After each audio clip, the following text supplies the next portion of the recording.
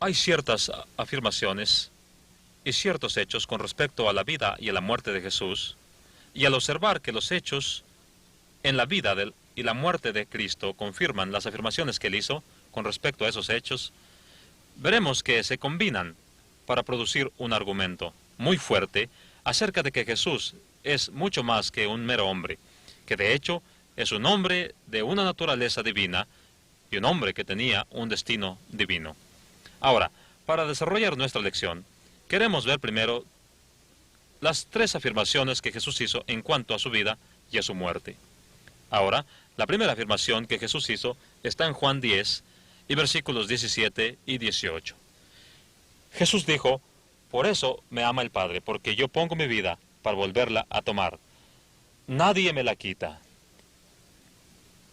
Note usted esa afirmación: nadie puede quitar su vida. Esa afirmación es la que queremos investigar ahora mismo.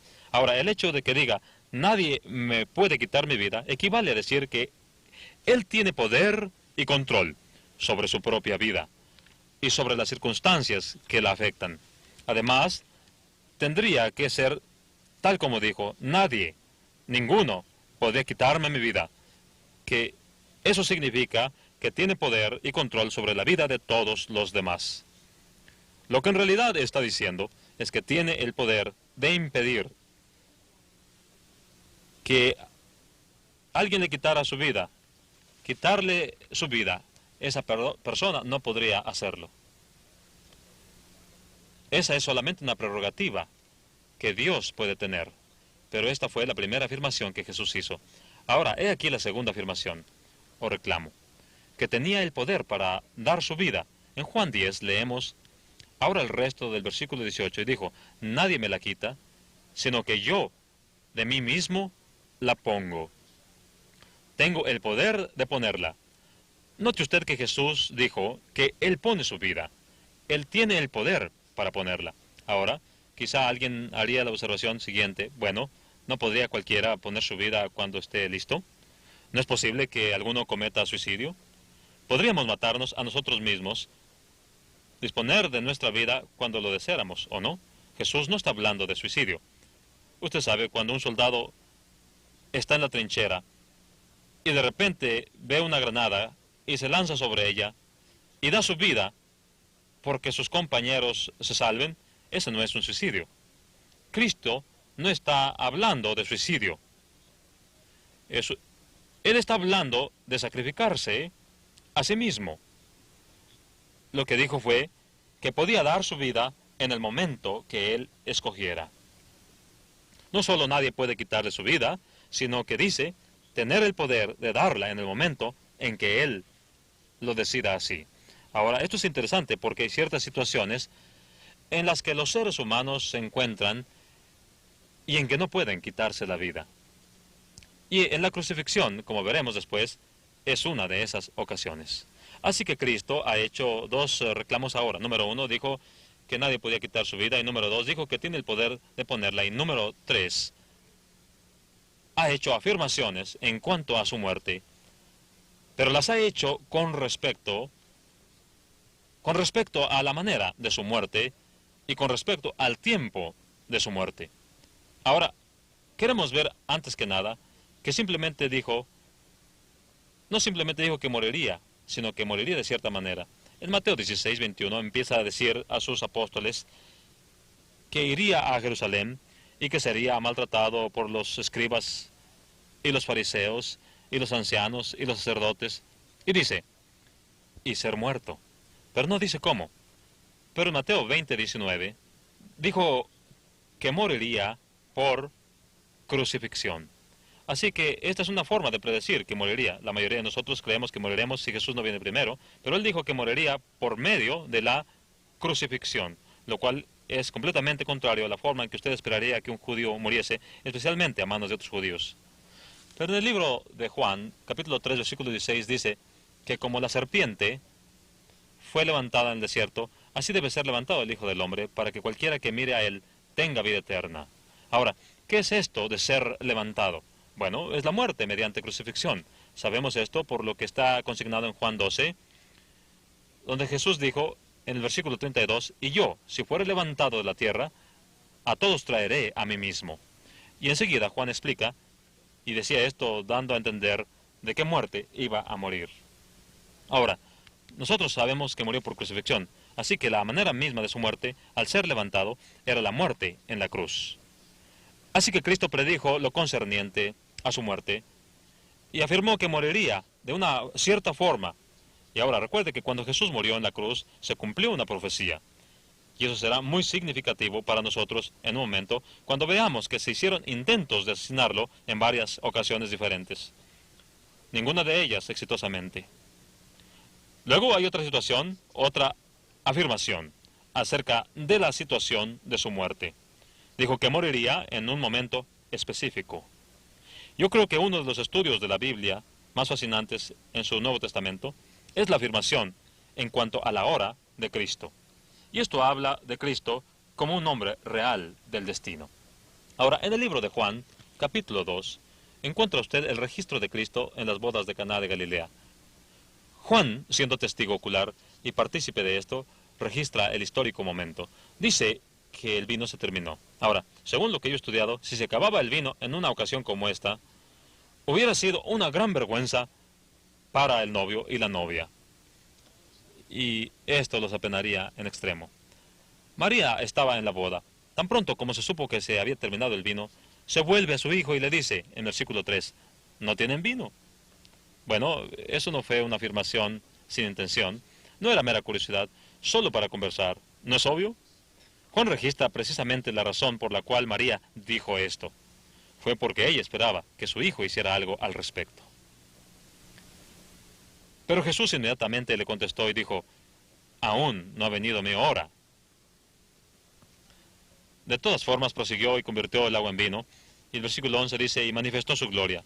Pero en lo que su madre esperaba plenamente que hiciera, él dijo, aún no es mi tiempo, aún no ha venido mi hora. Ahora, esta frase, aún no ha venido mi hora, es dicha de tal forma como para hacernos entender que había un tiempo específico, un destino específico que Jesús estaba esperando y para el cual nació. En el capítulo 7 de Juan, en el versículo 1, dice que Jesús no andaba más por Galilea porque los judíos intentaban matarle. Y así empieza a hablar a sus hermanos que en ese tiempo no creían en el Mesías. Y empezaron a burlarse de él diciendo, bueno, si eres el Hijo de Dios, deberías darte a conocer a todos. Jesús dijo en el versículo 6, mi tiempo aún no ha llegado. Como si hubiese un tiempo específico para darse a conocer de alguna manera, mediante alguna manifestación. Y luego Jesús fue a Jerusalén y empezó a hablar con los judíos y ellos comenzaron a desafiarlo. E inmediatamente se da una situación tensa. Y dice en Juan 7, en el versículo 30, entonces procuraban prenderlo, pero ninguno le echó mano. Bueno, ¿por qué no? ¿Llamó Jesús 12 legiones de ángeles para librarle? Oh, no. ¿Qué hizo? Tan solo dice, porque aún no había llegado su hora. Juan ni siquiera nos explica qué fue lo que hizo. ¿Cómo hizo para impedir que estas personas le echaran mano si en verdad eso como quiera tendría que suceder en el futuro? Parece como que Jesús tenía un destino hacia el cual avanza, y me parece como que no habría fuerza del infierno o de la tierra que pudiera alterar esto. Luego, en el capítulo 8, Jesús va al templo, al lugar de las ofrendas, y allí enseña. Bueno, por supuesto, esta enseñanza es que Él es el Mesías, y eso exasperó a los fariseos que lo oyeron. Así que dice, estas palabras habló Jesús en el lugar de las ofrendas, Juan 8:20, y nadie le prendió. ¿Por qué? Usted sabe, aún no había llegado su hora. Así que estas afirmaciones se han hecho de tal manera como para dejar bien claro que Jesús moriría no solamente de una manera específica, sino que moriría de una forma específica, en un momento específico. Ahora quiero que usted vea aquí, al considerar a Jesús el hombre del destino, las afirmaciones de Cristo. Vamos a ver retrospectivamente lo que ya hemos considerado por un momento. Nadie podía quitarle la vida. En segundo lugar, tenía el poder para poner su vida. Y en tercer lugar, moriría de una manera específica por crucifixión y moriría en un tiempo específico. Ahora lo que queremos ver es que Él identifica la hora, identifica el tiempo y lo que es. No solo el tiempo, sino lo que es. Dios identifica el qué y el cuándo. En el capítulo 12 de Juan, Juan registra acerca de unos griegos que procuraban ver a Jesús, y Felipe y Andrés vienen y le dicen, unos griegos quieren verte. Jesús contesta en el versículo 23, ha llegado la hora.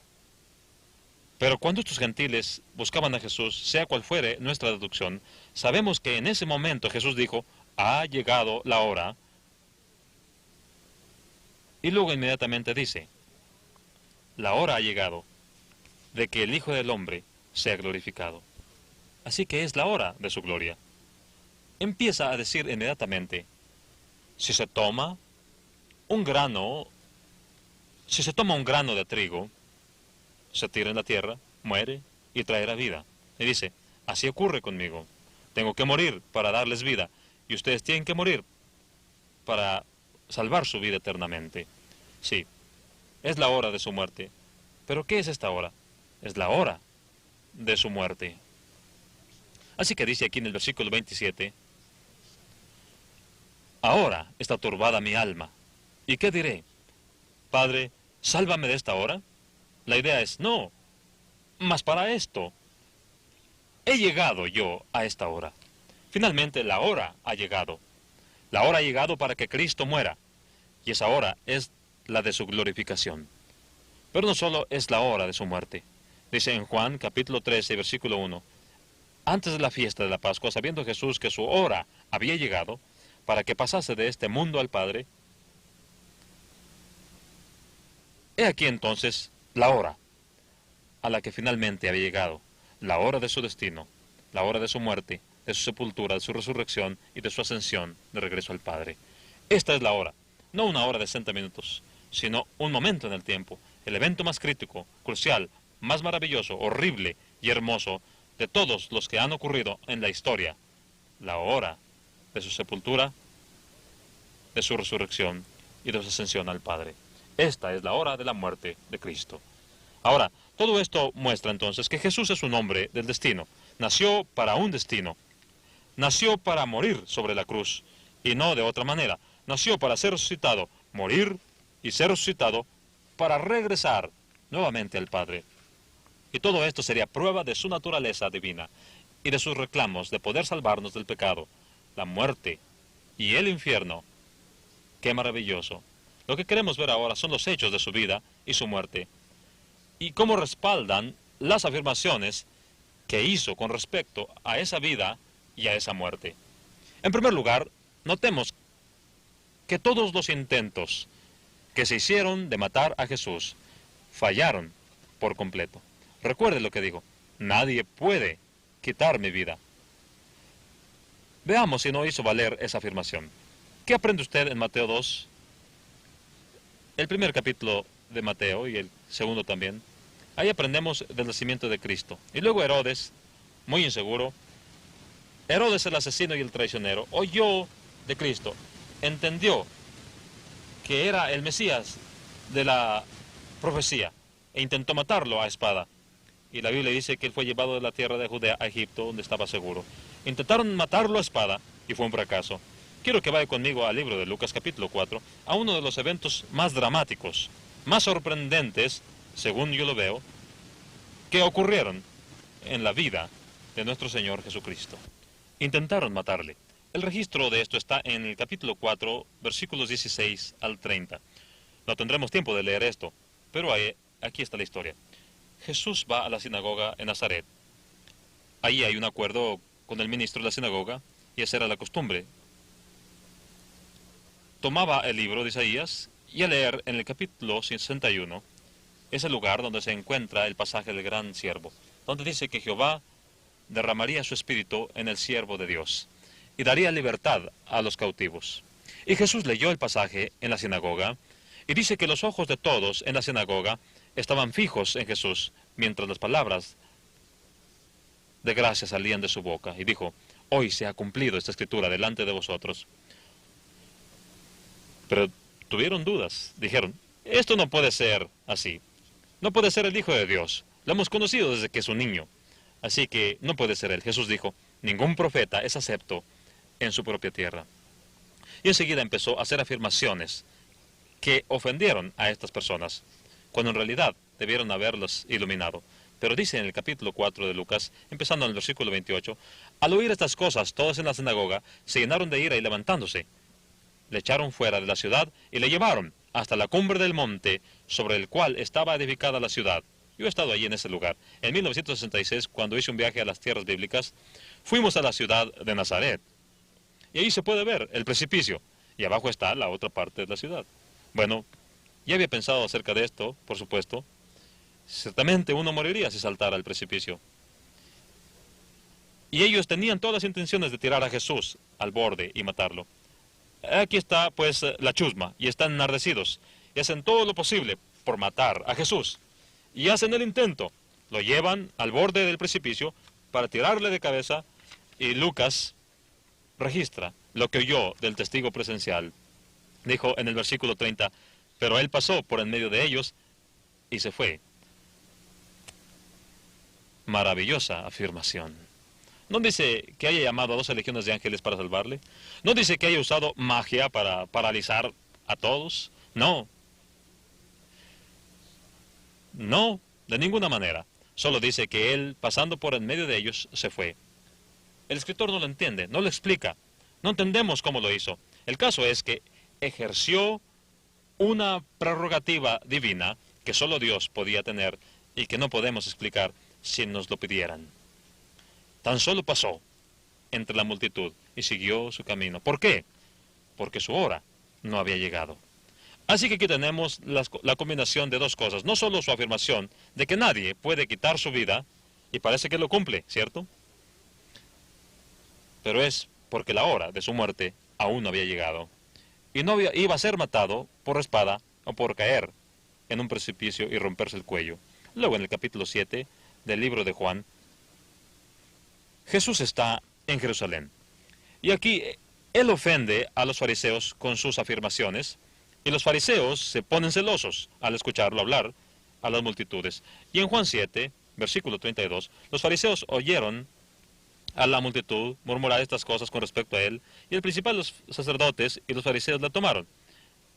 Y estaban ahí algunos soldados. Yo estuve en el ejército y sé lo que es recibir órdenes, y más vale cumplirlas. Y estos soldados, estos alguaciles, fueron enviados a arrestarlo.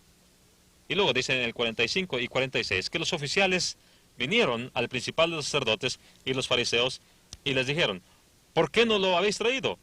No lo arrestaron. Y ellos contestaron, jamás hombre alguno ha hablado como este hombre. Esto me hace reír. Casi es como si los fariseos estuvieran diciendo, ¿nos están diciendo que los convenció? Él ejercía cierta clase de prerrogativa divina. Mire usted, ellos trataron de matarlo con una espada, intentaron despeñarlo y ni siquiera pudieron arrestarlo, mucho menos matarlo. ¿No vio usted entonces que los hechos de la vida de Cristo hacen buenas sus afirmaciones? Bueno, intentaron apedrearlo. En Juan capítulo 8, Jesús empieza a decir que Él es Dios. Bueno, por supuesto que estuvieron en desacuerdo con eso. Y en Juan 8:58 dice, antes de que Abraham fuese, yo soy. Y usó la misma frase de Moisés, que Moisés registró, que Jehová usó para sí mismo cuando Moisés le preguntó, ¿quién eres? Y él dijo, yo soy el que soy. Y Jesús dijo, yo soy. Lo que dijo es que Él es el Dios eterno, que Él es el Señor Jehová del Antiguo Testamento. Inmediatamente en el versículo 59 dice, tomaron entonces piedras para arrojárselas. Trataron de matarlo, pero dice, pero Jesús se escondió y salió del templo. ¿Por qué? Porque no podían tocarle, no podían hacerlo, aunque lo intentaran. Luego, entonces, en el capítulo 10 y versículo 30 dijo, yo y el Padre uno somos. Inmediatamente dice en el versículo 31, entonces los judíos volvieron a tomar piedras para apedrearle. A través del libro Nuevo Testamentario, Juan, él lo registra, a través de todo el ministerio de Cristo trataron de matarlo y fracasaron. De hecho, todo el ministerio público de Cristo se vio amenazado. Trataron de matarle. Fue amenazado por todos el tiempo de su ministerio, por los judíos. En Juan 5:17 dice, mi padre hasta ahora trabaja y yo trabajo. Luego dijo, mi padre. Lo dijo de cierta manera, como afirmando que era uno con Dios. Y cuando lo hizo, dice, los judíos, por lo tanto, procuraron matarle porque se hacía igual a Dios. Él es aquí, tratando de matarle. Luego, en el capítulo 7 y versículo 1, dice que no andaba abiertamente en Judea porque procuraban matarle. Luego va a Jerusalén. Y en el versículo 25, todo el populacho decía, ¿no es este el que buscan para matarle? Era algo plenamente conocido, que la jerarquía intentaba matar a Jesucristo. Luego en el capítulo 11, dice en el versículo 47, que los principales sacerdotes, por lo tanto, y los fariseos, se reunieron y dijeron, ¿qué haremos? Porque este hombre hace muchas señales y muchas afirmaciones y muchas señales que las confirman. Y los romanos destruirán nuestro santo lugar y nuestra nación. Esto demuestra dónde estaba su corazón. Y en el versículo 53 dice, así que desde aquel día acordaron matarle. Jesucristo se ha convertido en el enemigo público número 1. ¿Qué es lo que leemos? Leemos que a través de toda su vida hicieron esfuerzos para matarle y no pudieron hacerlo. ¿Qué hemos visto aquí? Hemos visto que Jesús dijo que nadie puede quitar su vida e hizo buena su afirmación. Todos los intentos de matarle fallaron, todos. Ahora queremos considerar otro hecho con respecto a las afirmaciones de Cristo. Y esto revela que murió en el momento que Él escogió. Primero, relacionemos los hechos de su vida y de su muerte. Los hechos de su muerte con su afirmación de que moriría de cierta manera por crucifixión. Queremos ver que cuando Jesús murió en la cruz, murió por un acto de voluntad propia. Gracias a Dios que hoy no tenemos que observar la crucifixión para saber lo que es, aunque sí podemos hacerlo mediante el estudio. Al estudiar nuestras enciclopedias bíblicas o generales, aprendemos que para que un hombre muera por crucifixión se necesitarán de 36 a 72 horas, de 1,5 a 3 días. A veces se morían de hambre. Nadie moría en la crucifixión, nadie moría de hemorragia.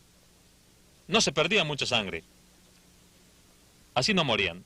Normalmente morían de hambre o se ahogaban en los líquidos de sus pulmones o de desgaste.